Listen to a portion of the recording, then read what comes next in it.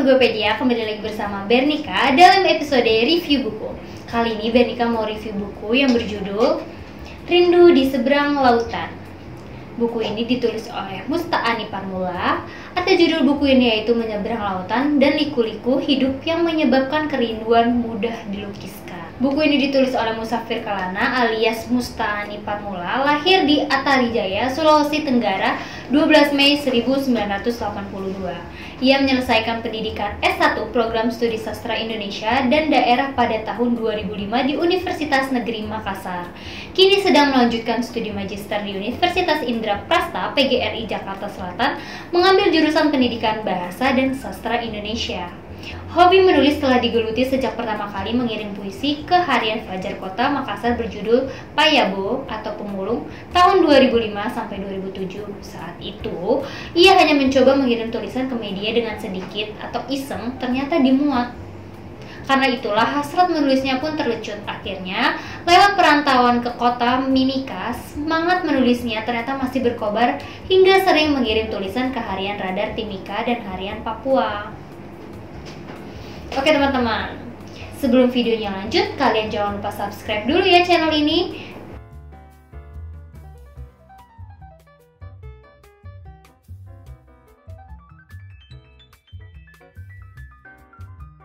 Nah teman-teman, buku ini sebenarnya antologi cerpen perjalanan hidup. Kisah dalam buku ini merupakan cikal bakal novel yang insya Allah akan diterbitkan ke depan. Sebelum kita ulas lebih dalam, Bernika mau bacain sinopsisnya dulu ya. Rangkaian cerita ini dimulai dari mamaku seorang provos dengan mengambil latar cerita dari bumi Takalar, Sulawesi Selatan dan daerah transmigrasi Langgea, Sulawesi Tenggara. Hingga judul Hujan dari Langit Ramadan berada di latar yang sama, penulis sengaja memulai dari Sulawesi Selatan dan Tenggara karena dari sanalah kenangan ini bermula.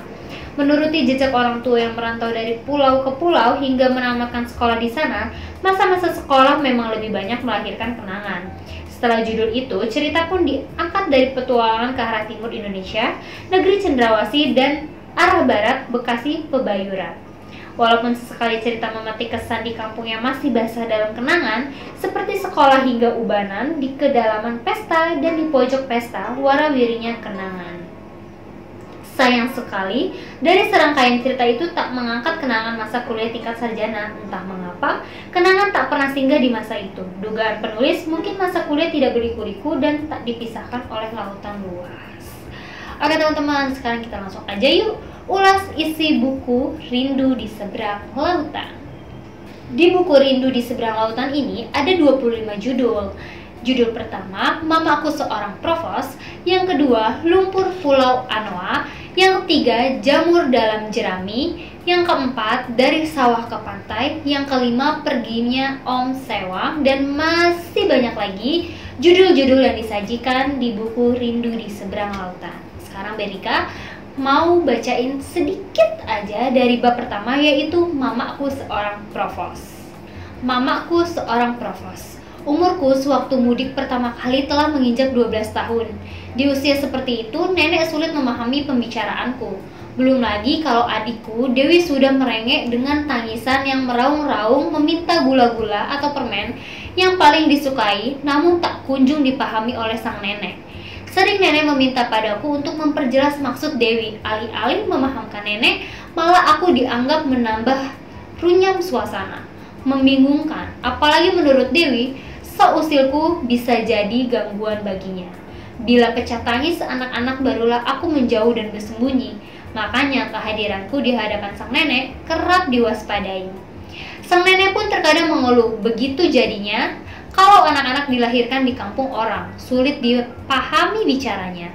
Walau demikian, nenek tak pernah bosan mendampingi cucunya. Nenek lebih suka menggendong Dewi karena mudah diatur, katanya. Berbeda denganku yang kerjanya belingsatan memancing emosi orang. Jadi, aku dibiarkan bermain sesuka hati, yang penting jangan mengganggu.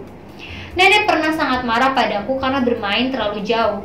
Nenek hanya khawatir aku tersesat arus sungai Bilonga yang pernah menelan korban. Mata mama mempelototiku dan menaruh telunjuk di hidung, pertanda jangan ribut ketika menghampiri sungai. Aku menyebut tentang buaya. Ia khawatir ketahuan nenek bisa dimarahin karena berbicara sembarangan mengganggu kenyamanan. Aku pun berkilah, nenek tak akan mengerti bahasaku. Mama menggeleng seraya tersenyum. Buaya dalam bahasa Indonesia dan Makassar hampir sama, bedanya huruf Y diganti J saja. Jadi jangan macam-macam, lebih baik diam, kata mama. Berkali-kali aku ditegur tapi tak kuhiraukan karena memang kata-katanya tak dapat dimengerti. Ditambah lagi aku belum paham betul bahasa di kampung. Daeng Tara Sahabudin, sepupu saya yang paham bahasa Indonesia, mengartikan untukku, nenek akan memberitahu mama atau ibu kalau tidak mendengar nasihatnya. Itulah kata-kata andalan bila orang sudah buntu menasehatiku. Sikap mama yang dinilai tegas memang sudah dikenal oleh keluarga. Jangankan keluarga, orang di seberang pun banyak yang melaporkan bila bandelku sudah dianggap keterlaluan. Nah teman-teman, itu dia cuplikan dari bab pertama. Sekarang kita lanjut ke bab kedua ya. Yang kedua, lumpur bumi Anoa. Lagi-lagi Acok kecil digendong ke sana kemari. Banyak yang memerebutkan anak itu karena wajah dan perawakannya menggemaskan. Pertama kali, mama sampai histeris ketika sang buah hati tak ada di tempat tidurnya. Usut punya usut, ternyata dibawa ke rumah tetangga. Mina, kamu bikin jantungku mau copot saja. Ibu Sarmina hanya tersenyum dan tertawa cekikikan menyambut tetangga karibnya yang panik bukan kepala. Sudah beberapa tetangga yang sering membawa sang Acok kecil untuk melepaskan rasa gemasnya. Dari pasangan Alimudin, Lira, dan Musliyah, kaca ini merupakan karunia Tuhan yang tampil beda. Matanya yang sipit sehingga orang memandangnya mirip orang terpejam saja sepanjang waktu. Jangan heran bila tertawa kelihatannya merem. Kulitnya yang putih hingga urat-urat di wajah masih terlihat jelas, ditambah kedua pipinya kembung persis angpau, tentu mengikuti bodinya yang terbilang gembrot. Idih, lucunya, ingin saya gigit pipinya, kata ibu-ibu di pasar yang gemeretak gigi gerahamnya menahan rasa gemasnya. Nah gimana teman-teman, kalian pasti penasaran banget kan dengan cerita Rindu di Seberang Lautan? Karena banyak banget cerita yang disajikan dan ada 25 judul yang masih belum Bernika ceritain semua. Jadi teman-teman, kesimpulan buku ini yaitu buku ini terdiri 25 cerita dimulai dari latar bumi Takalar menuju ke seberang pulau perantauan, pemukiman transmigrasi. Kenangan paling berkesan adalah di tanah transmigrasi karena berjumpa segala suku bangsa. Mamaku seorang provos, lumpur pulau Anoa, jamur dalam jerami, dan perginya Om Sewang adalah cerita berlatar pemukiman transmigrasi. Tak ada kenangan masa sarjana dalam cerita ini. Dugaan penulis, mungkin kenangan masa itu tidak berliku-liku dan tidak menyeberang lautan. Nah teman-teman, dalam pembuatan buku ini juga penulis bercerita sebagian besar kisah dalam buku ini ditulis saat menumpangi kapal pelayaran nasional Indonesia mengarungi lautan Banda dan Arafura dari Timika menuju Makassar. Ada kesempatan nulis kisah dalam perjalanan karena menempuh perjalanan selama seminggu di lautan. Wow, luar biasa sekali ya teman-teman, seminggu berada di lautan. Kalau kamu gimana seminggu berada di lautan? Komen di kolom komentar ya. Oke teman-teman, buat kamu yang mau beli buku Rindu di Seberang Lautan, kalian bisa order bukunya di www.guepedia.com atau kalian bisa cek link yang ada di deskripsi bawah ya. Sekian dulu review buku dari Bernika. Jangan lupa di like, comment, subscribe, dan share ke teman-teman yang lainnya ya, supaya kalian gak ketinggalan video-video selanjutnya. Sampai jumpa.